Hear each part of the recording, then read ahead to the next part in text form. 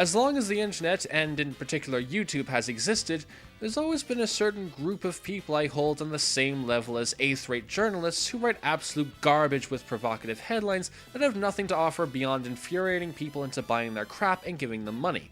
These folk are content creators who make their videos that try to claim their opinion as not only superior to others but even fact, and then just make ineffective or idiotic points in a manner that eventually wastes everyone's time. I bring this up because, before you ask, this isn't a video to say why Zack Snyder's dark and gritty Superman reboot from 2013 is objectively overrated, or that it's a terrible film regardless of everything else. If you enjoyed watching Man of Steel in any degree or think that it's a good movie, I honestly cannot express how happy I am for you that you managed to enjoy something that I could not. This video is merely just an opinion piece in which I explain my reasoning behind my hatred for the film, after which I'll leave it up to y'all to decide if I've made a valid point. So, without much further ado, let's get into the 3 reasons why I hate Man of Steel. Number 1, it's an average film.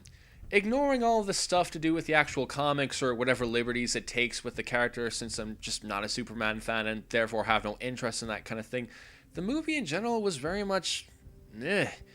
It wasn't a wretched work that made me feel disgusted for watching it, no, but there was nothing really that inspiring or great about it either. The acting was competent, but not memorable. The script and plot had potential, with some good moments, but ultimately lacking. The music fit the atmosphere and tone of the film, but tons of dull, droning noise doesn't necessarily make good music. The special effects were nice, but felt like the money could have been used to go towards more important things. If I hadn't gone and seen it, my life would more than likely not be that different from what it is now, for better or worse. Sure, Batman and Robin is a bad film, but at least there was enough to it that I don't regret watching it. It can often be far worse to be merely mediocre than atrociously awful or simply stunning, and Man of Steel is a prime example of that rule. Now, despite all that, one of the things that most people agree on with the film are the fight scenes at the climax, namely that they were awesome! The earth-shattering kabooms, the collateral damage. It felt more like a Dragon Ball Z movie than the actual Dragon Ball Z movie. It was so awesome! I don't agree. And there's a reason, which is the second reason I hate Man of Steel: can't be bothered to make us care through memorable or likable characters. For those of you that are curious, I'm the kind of person that needs to be able to care for the characters as actual people before I can get invested in the stakes the plot has. Otherwise, no amount of spectacular fighting will mean a thing to me, and Man of Steel failed tremendously at making me care about the cast, who often come off as vague archetypes more than actual human beings with personalities, strengths, and weaknesses. Therefore, I couldn't find myself able to take the conflicts about as seriously as I would if they were real, even if the fate of the universe was at stake.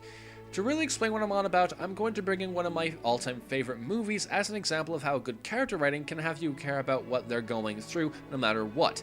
The 1980s Richard Donner classic, The Goonies.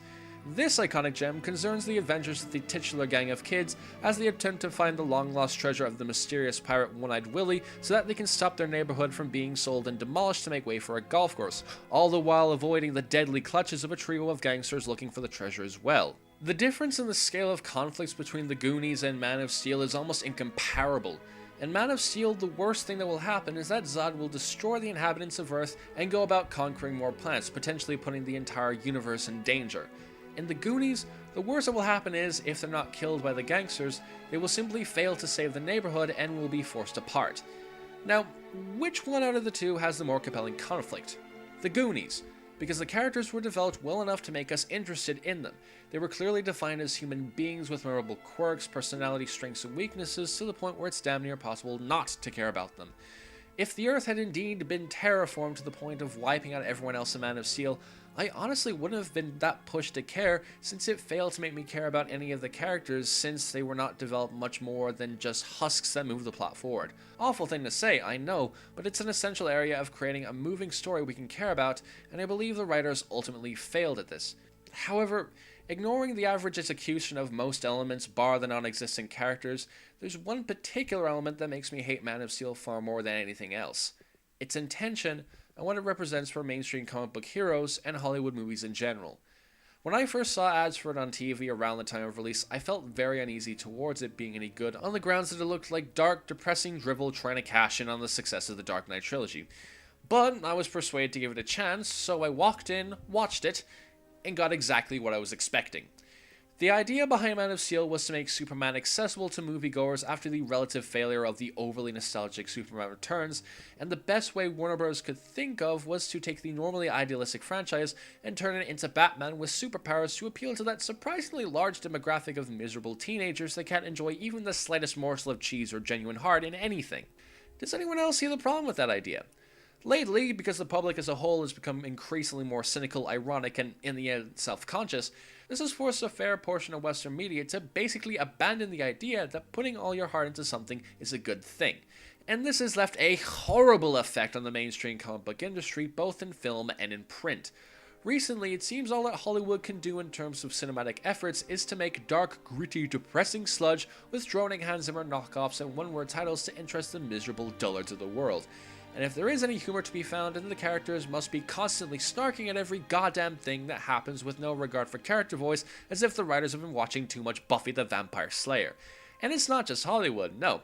Most comics seem to be either taking themselves way too seriously with violent deaths, ridiculous sex, and all manner of nonsense happening every 5 minutes, or too self-aware with them smugly making jokes at everything and not giving a damn about what happens.